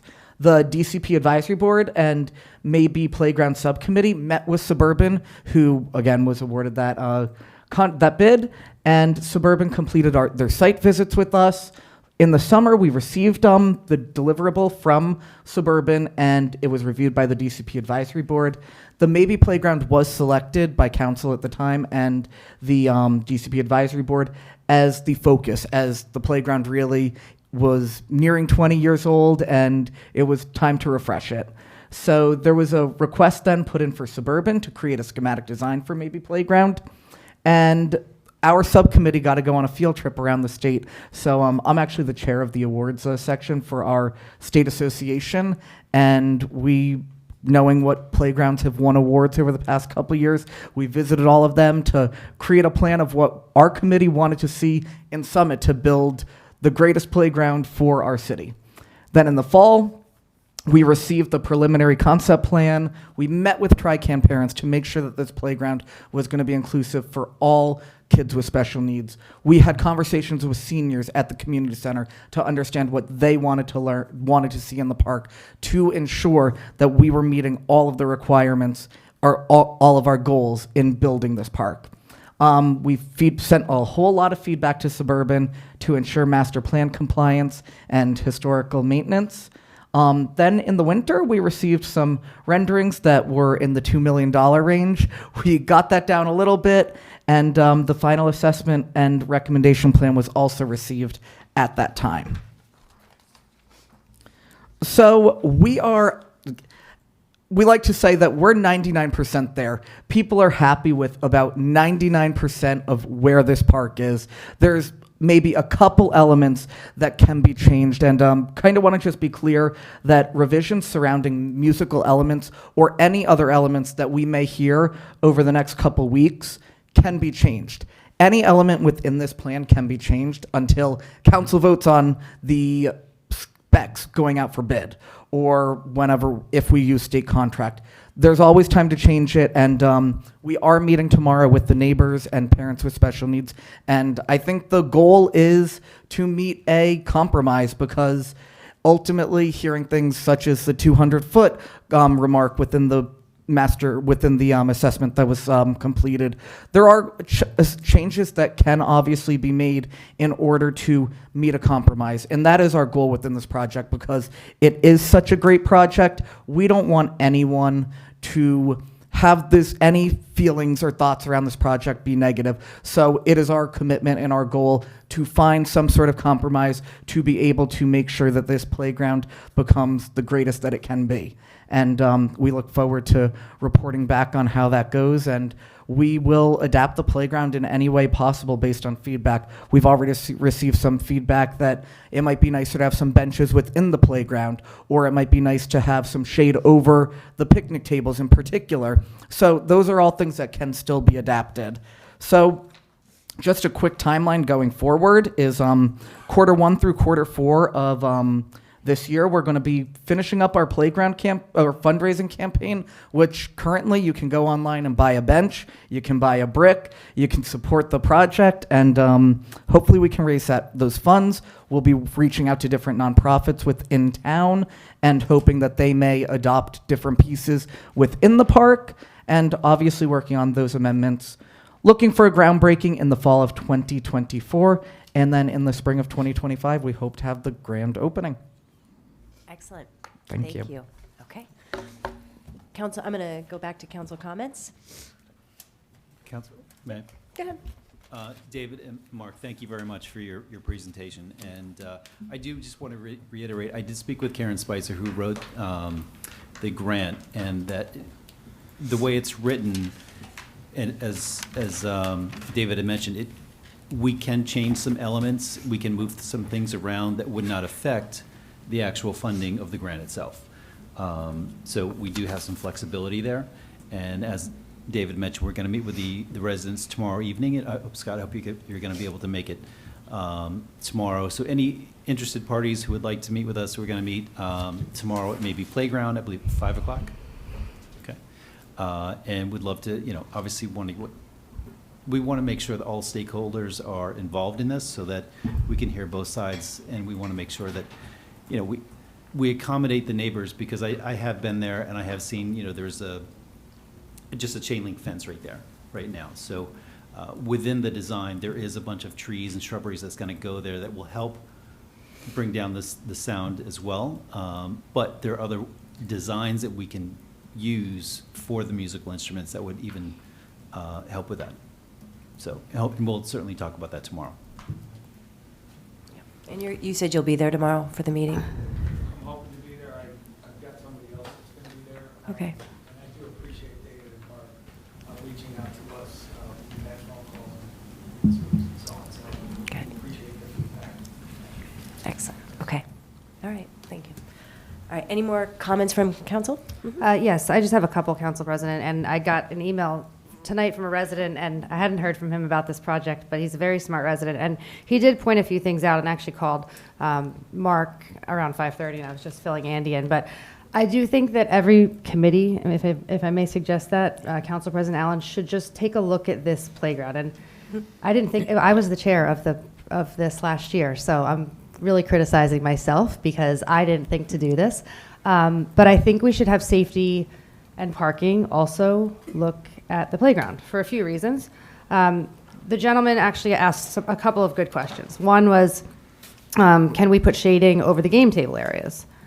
Can geoblock or similar treatments be used to reduce impervious areas? Are there provisions for an irrigation or sprinkler system for the proposed landscaping? Could the proposed driveways result in a lack of parking? If the proposed driveways will be used by pedestrians as mid-block crossings without proper signing, striping, and other provisions, again, we're not saying this is the case, but should water fountains be considered? Will there be any swing gates or barriers at the back line of the sidewalk in the vicinity of the driveways? The proposed planting and landscape adjacent to the driveways may block the driver's clear sight lines. Are there any requirements for restrooms, changing areas for playgrounds, and passive recreational areas? Has an accessibility evaluation for the proposed involvements been made? And consider adding bike racks. Sorry for the 11th hour comments. But I think it was, it made me think, and it made me think that maybe we should look at just a few of those things. Yeah. And, maybe look at it in safety and in my committee as well, and just make sure that we've, really crossed every T and dotted every I. So, and David, thank you for all your hard work. I know I had you look at those numbers for like 8 hours. It was starting to make me feel like I was not getting them right, but thank you both for all of your hard work. And thank you for organizing the meeting for tomorrow. I think that was a really important step with the residents and the subcommittee, so, okay. And I'll forward that email along to Rosie so she can forward it to council. Good. Okay. Anyone else on council? Council comments? Okay. No? All right. The public? Any?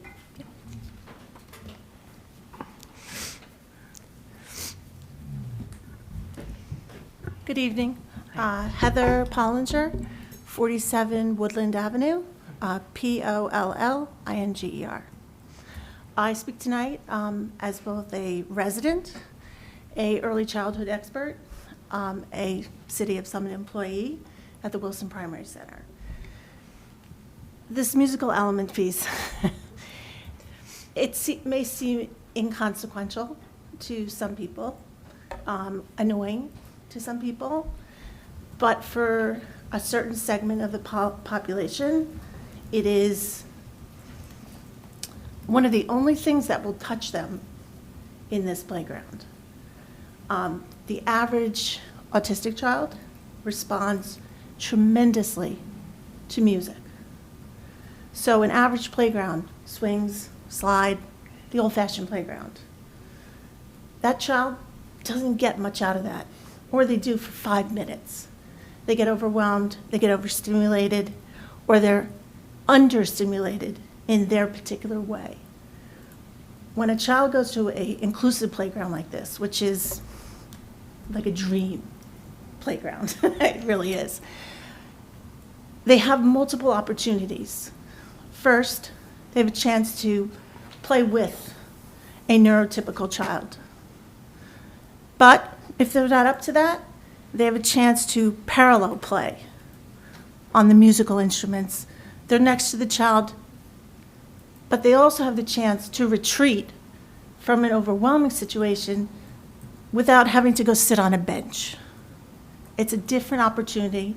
It's a different type of sensory input that dramatically benefits them. Many people think of accessible playgrounds in terms of physical accessibility. And unfortunately, a lot of these children are what's considered invisible disability, which sounds like a terrible word. But what it is it's the person who you might think who drives the handicapped car and gets out of the car and you're like, hey, they're not handicapped. Why are they in the handicapped spot? But you don't know their story.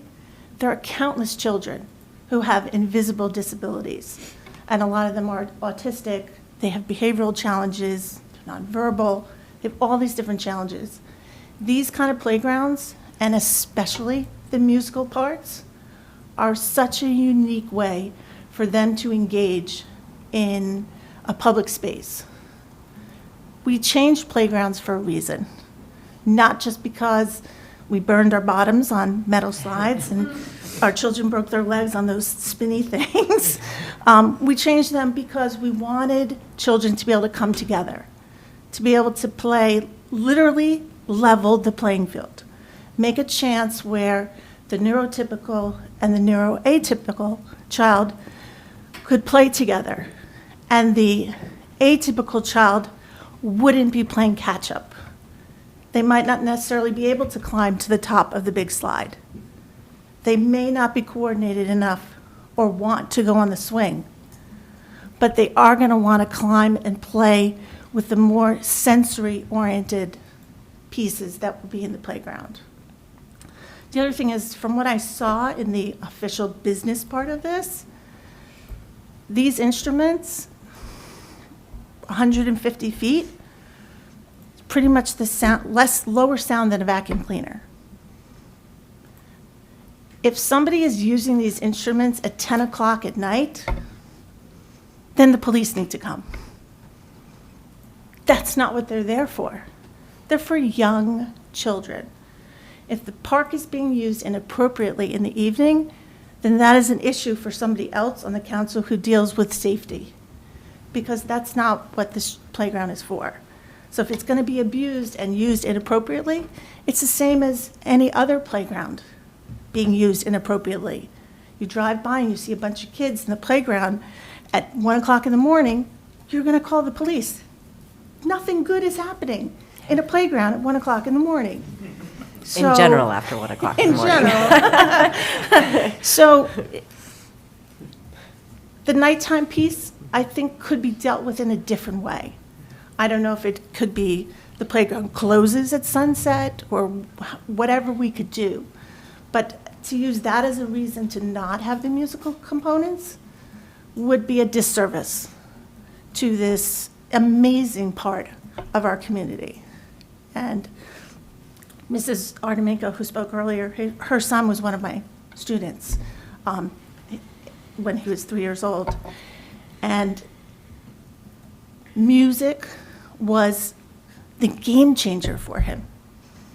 If you wanted him to do something, you didn't bribe with candy, you didn't bribe with toys, you bribed with a song.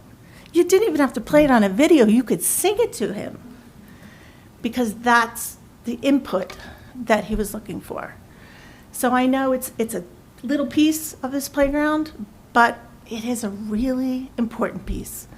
So if it takes a little adjusting to keep it, I would keep it. To lose it would really be a disservice. So, Thank you. Yeah. thank you. Thank you. Okay. Any further public comments?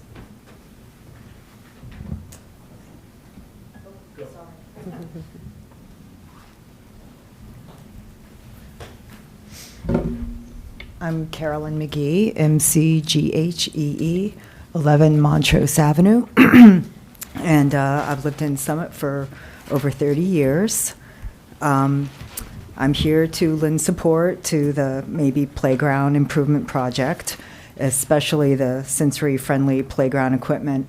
And this woman said it so much better than I could, but I'm a mom of 22-year-old twins, and one has autism. And I would have loved this playground if, when our kids were little. Playgrounds were scary experiences for us when they should have been a haven for him and a respite for me. And my son couldn't interact or communicate with other children, so he would wander off and sometimes making it to the nearby streets. And none of the Summit playgrounds really worked for us. We ended up at the one at Watchung, the Loop Playground, because at least the roads were far enough away that I could carry one twin and run after him before he got to the street. So anyway, children with autism are either sensory seekers or avoiders, and sometimes they're both. The sound of a vacuum cleaner was so painful to him that I couldn't use it. When he was around, my husband would have to take him out, and then I could vacuum. And not being able to speak at a young age, not being able to understand how to play with toys, made for a lot of awkward encounters with parents and kids at the playgrounds. He would have loved having some chimes or other percussion instruments to play. If these are designed for people with special needs who are hypersensitive, like my son, I can't imagine that they're not going to be beautiful to listen to. I can't imagine that a designer would be creating something that's going to be painful to someone who's hypersensitive.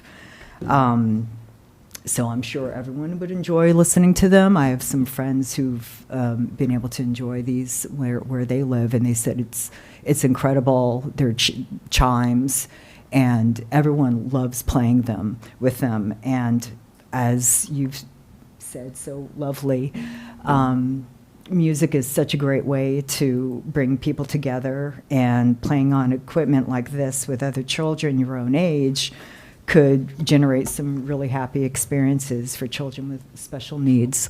So, Thank you. You're welcome. Do you want to come up? I saw you, John. Just wanted to comment also. I want to thank Ms. Hamlet for her communications. Oh, yeah, in the Her microphone. communications with Do you need a name and then- some of our residents as well. I know she's been in touch with Annette Pfister and some other people. Thank you. So thank you. And I'm all for music. I'm actually a songwriter. I write songs on Zoom like 3 nights a week with people all over the world. The only thing, and I'm not a hit songwriter, so don't ask me what the songs are. You can listen to my page on SoundCloud if you'd like. But the thing that concerns me is, lower decibels. When you saw David's picture of the way that the drums, everything, I think it's facing towards us, like towards the houses. Like if the way it's facing right now, maybe there's another way we can turn it the other way if possible. And in New Providence, I measured with a decibel meter, and it was, and I was right there, and it was 100 decibels or more on I think the chimes and the drums and a couple of things. And I know there's some other instruments, and I know there's other choices of things that are listed from this company. I've seen them on there, and they are at a lower level. And I'm all for giving the kids the sensory enjoyment for themselves and so on. The instruments the things that I saw in New Providence, when I was hitting them, they didn't sound that musical to me. But there are probably some other choices, and I appreciate the council's openness to reconsidering some of these things. Thank you. Thank you. Okay. Any other public comment? Okay. Hearing none, we'll take a vote. All in favor? Aye. Aye. Aye.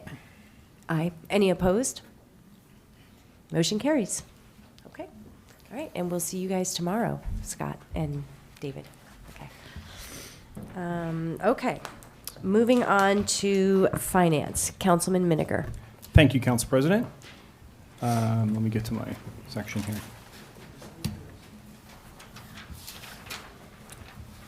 Thank you, Council President. This is number 10946, and this resolution authorizes the intra-budget transfer of appropriations from accounts with a surplus to those that are over. This is a regular occurrence in the last 2 months and first 3 months of a fiscal year, and this particular set of transfers totals $30,500. I move to adopt this resolution. Second. Okay, council comments? Public comments? Okay. Madam Clerk, roll call, please. Ms. Hamlet? Aye. Mr. Miniger? Aye. Mr. Pulowski? Aye. Mr. Smallwood? Aye. President Allen? Aye. Okay, motion carries. Second resolution, Councilman Miniger. Thank you, Council President. This is number 10942, and this resolution authorizes the issuance of a special emergency note not exceeding $340,000. During the pandemic, many months in a row, the parking utility had zero revenue. The state allowed the Summit Parking Utility to issue special emergency notes to cover this lost revenue. $850,000 in special emergency notes were issued in 2020, with the agreement that the utility would pay back that money in 5 years' time. At $170,000 paid back every year, this installment will be paid in February, with 2026 being the last year that we do this. I move to adopt this resolution. Delia, do you second? A second. I'm sorry. Great, I that's second. okay. Council comments? Public comments? Okay. Hearing none. All in favor? Aye. Aye. Any Aye. opposed? Motion carries. It doesn't Did we say get it? roll call, but if you would Oh, it does prefer say roll roll call, I can do that. Oh, I don't have roll call on my script. Do we need a Yeah, roll call? Madam Clerk, roll call? Oh, no. No, we It don't doesn't need say roll call on here. Okay. All right. Does the vote stand? The vote stands. Okay, just making sure. Keeping me on my toes the first night. All right, number 3, Councilman Miniger. Thank you, Council President. This is 10972. Per closed session discussion, this resolution will appoint 2 new members to the Economic Development Advisory Committee. James Schroeder as new member and Al Leiter as co-chair. I move to adopt this resolution. Second. Okay, council comments? I would like to congratulate, I just have a quick question. Did we not appoint Al later at the reorg meeting? It's co-chairs. Oh, we're naming co-chairs. Okay, got it. Yeah. Thank you. Okay. Did we skip one? We skipped one. Yeah, we did skip. We skipped number 3. I'm sorry, folks. Sorry. You're right, I did. skipped number I see it right here in my notes. So can we close out on this? Close this one. Yeah, Okay, vote on it. wonderful. And just congratulate Mr. Schroeder and Mr. Leiter. So. Did you vote on it? Not yet. Roll call, please. No, we don't need a roll call. Just all in favor? Aye. Any opposed? Motion carries. All right, number 3. Thank you. I was just very excited to get Al as the co-chair. This is number 10928, and this resolution establishes the procedure authorizing a special tax appeal attorney in consultation with the city tax assessor to file corrective appeals with Union County Board of Taxation or the New Jersey Tax Court. This procedure, established every year, removes the unnecessary step of having counsel review every single tax appeal case and authorizes action to be taken on the city's behalf by the city's tax assessor and, by extension, the special tax appeal attorney in certain cases. I move to adopt this resolution. I second. Okay, council comments? Public comments? Okay. Hearing none. All those in favor? Aye. Any opposed? Motion carries. Okay, moving on to capital projects and community services. Councilwoman Hamlet? Yes, Rosie, I actually just have a question about something Sure. that I'm just finding out now. So if anybody ever thinks I do it to everybody, including myself. Regarding Resolution 10949, Yes. why is this linked to LA-2022 TV Summit City Phase 3 and not just the Village Green Pit? What is the LA-220? I think Okay. Mr. Schrager can address that. Sorry, Aaron, I had all week to ask you, and Yeah, no, that's okay for you, Council President. The two-letter and then the year is what the DOT assigns it. It's a grant application. LA is, I forgot what that code is, It's okay if you don't 2002. know. It's their fiscal year 2022 that the grant was awarded. Okay. And the language here is pretty much verbatim from them, so we Okay. fotch it. We just match it fully. Okay, it just looked a little, I was, what is this TV thing? And I was just want to make sure it wasn't an error. Okay. Yeah. Okay, moving on. This is Resolution ID 10949, the approval to submit an award extension request for LA-2022 TV Summit City Phase 3 Village Green Pedestrian Safety Project to the New Jersey Department of Transportation. Sorry, I'm just making sure it's worded right. So for those of you, for education for the public, the city received a Transit Village grant from NJDOT in the amount of $650,000 for the final phase of the upgrades to the Village Green. This project was to be awarded on January 27th. And unfortunately, at the last minute, it was brought to the attention of the NJDOT that this property abuts a known historic area, and they've requested that the project be submitted to the State Historic Preservation Office for approval of the project. This submission has taken place, and although it's not anticipated for anything received from the Historic Preservation would alter the project, NJDOT is recommending we hold on awarding the contract if we do not receive approval beforehand. I'd like to move this resolution. And I will second. Okay, council comments? I'd just like to make one comment as I mumbled through that entire resolution. I think it's really important for everybody to understand that the Maybe Playground and the Village Green transit project sort of go hand in hand. So it's going to be really important that we finish this project, and some of those costs that are in this project, you know, there's lighting involved, there's sidewalks. So we really are going to prioritize in getting this project done first, and then maybe Playground second. It's just the way that it makes the most sense. And Director Schrager, I don't know if you have any comments, but you know, the look of the Village Green is going to provide a lot more accessibility in general. So for those of you who didn't know, I just thought it might be interesting fact. So. Okay. Any Any other questions? council comments? All right, public comment? Okay, hearing none. All in favor? Aye. Any opposed? Motion carries. Okay, number 2, Councilwoman Hamlet. Yes, this is Resolution ID 10895, which will authorize 2024 legal services in excess of $17,500, Affordable Housing Council not to exceed $40,000. And I would like to move this resolution. And I would second that. Any council comments? Public comments? Okay, hearing none. All those in favor? Aye. Any opposed? Motion carries. Number 3.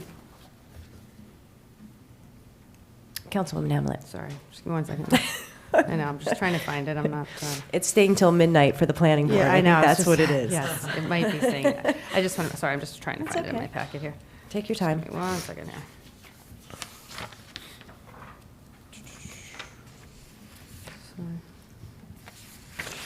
City Forester 107. Can I skip it? Number 4 is the 10894. It's the City Forester, right? Number 3, sorry. Sorry, I'm just trying to 10748. find it in my packet. I didn't print Oh, it no out, and I'm worries. just trying to find it. Rosie, what packet Thank page you. is that on? What packet? Oh. What page in the packet is that on? Here, I Sorry, have it on I just paper. lost it. Sorry. Okay. Okay, 49. I just want to look at, I wanted, the reason I'm taking an extra second is because the number was off in the agenda, and I just want to make sure it's corrected, and I'm not sure if it was. Oh, yes, it Is it was. new version up there? Yeah, it's 60, I'll tell you. Just give me 1 second. Yeah. I don't know if it's in that one, though. Is it in there on that one? think I'm it's just trying to run the 60. numbers in my head, because I got it. Just give me 1 second, sorry. Here it is. Is it 64 or 68? I don't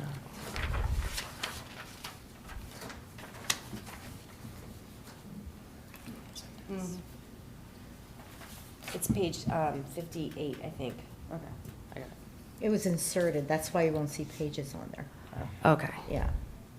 So I think it was page 50 or 48, something like that. Right, I just want to confirm that it's not 110,000, it's 65,000. Okay.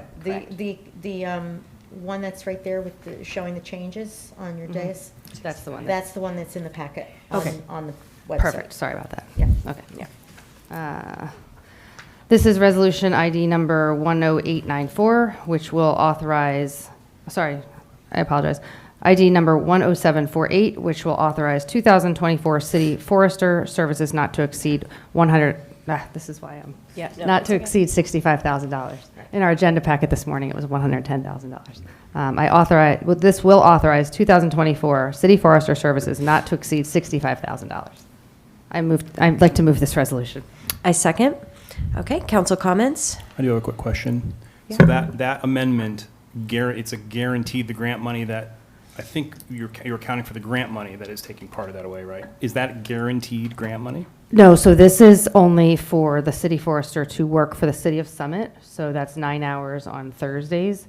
And then so it's $55,000 for the city of Summit, for him to work for the city of Summit. And then it's $10,000 for the board applications. And then the grant that, the name of the grant escapes me, Michael.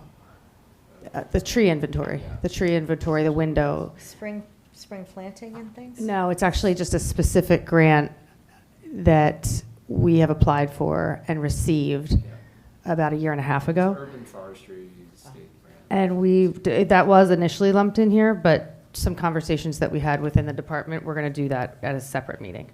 Okay. Okay. I can explain it to you in No, excruciating detail if you have any more questions. Any other council comments? Okay, public comment? Hearing none, all in favor? Aye. Any opposed? Motion carries.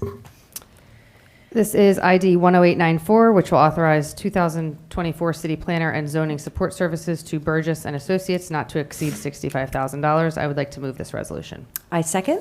Council comments? No. Public comments?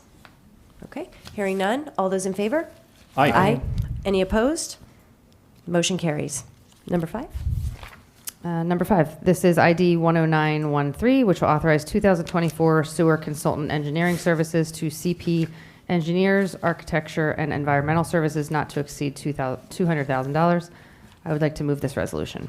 I second. Council comments? No. Public comments? The only thing I would say, Council President, is I think that this is a topic that nobody ever talks about, the sanitary sewers. So at some point throughout the year, I would like to, Director Schrager is going to be educating me a lot more on the sanitary, on the sewer, and perhaps sometime we'll give a presentation this year to the public. Okay. No comments tonight, or do you have anything to No, say? not tonight. No. Nope. Okay. Public comments? Okay, hearing none. All those in favor? Aye. Any opposed? Motion carries. Okay, number 6. This is ID 10734, which will authorize the execution of agreements, snow removal, and lighting reimbursement to the Summit East condos and provide reimbursement for future years. I would like to move this resolution. I second. Any council comments? Public comments? Okay, hearing none. All those in favor? Aye. Aye. Any opposed? Okay, motion carries. On to the consent agenda. Before we vote on the consent agenda, does anyone, Councilman Miniger, have anything to pull out? No. Okay. Then do I have a motion? Maybe I have to pull something. Would you have something to pull I'm out? kidding. I don't think so. I'm looking at it real quick. Let me just make sure. Actually, okay. Anybody have anything to pull out for the consent agenda?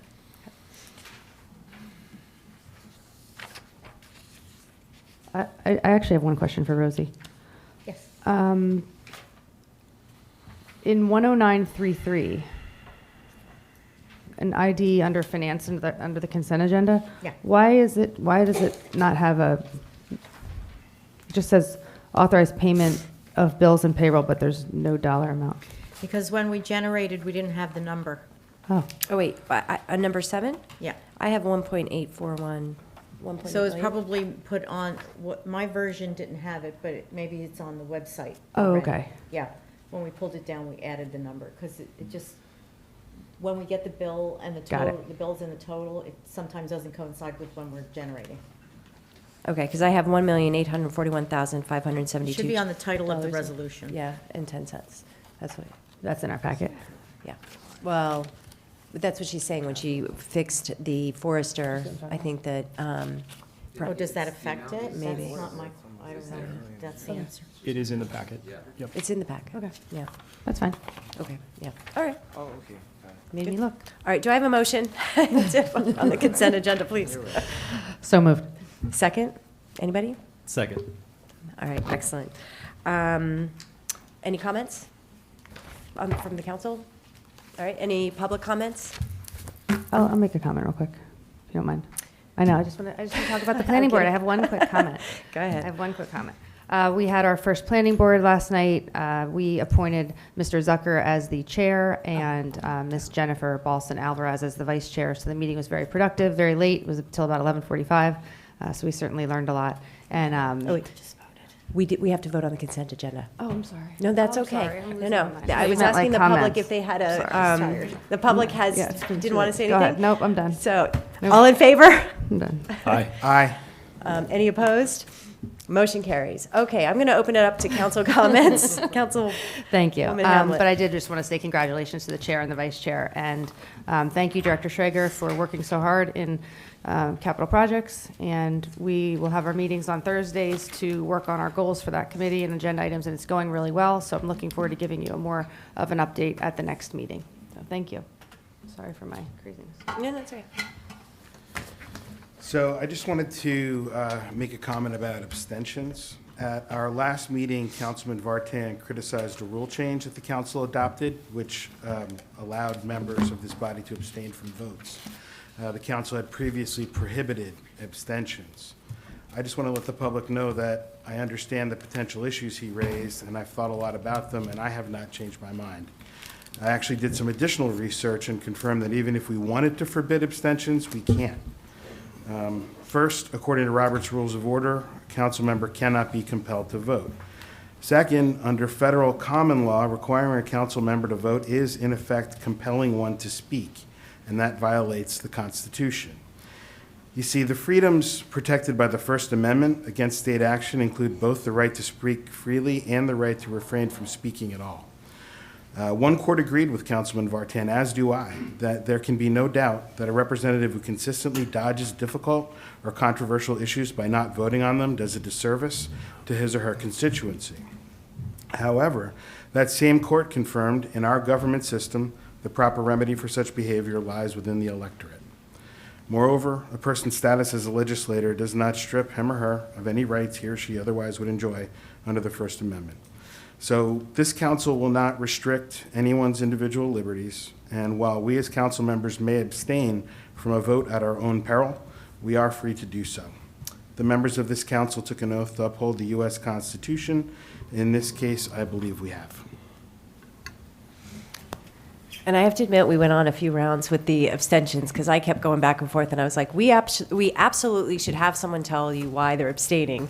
But Bob outsmarted me by giving me case law. So I was like, you win. But I just want to know, we even had some debate on the back end. And so thank you, Councilman Valowski. Go ahead.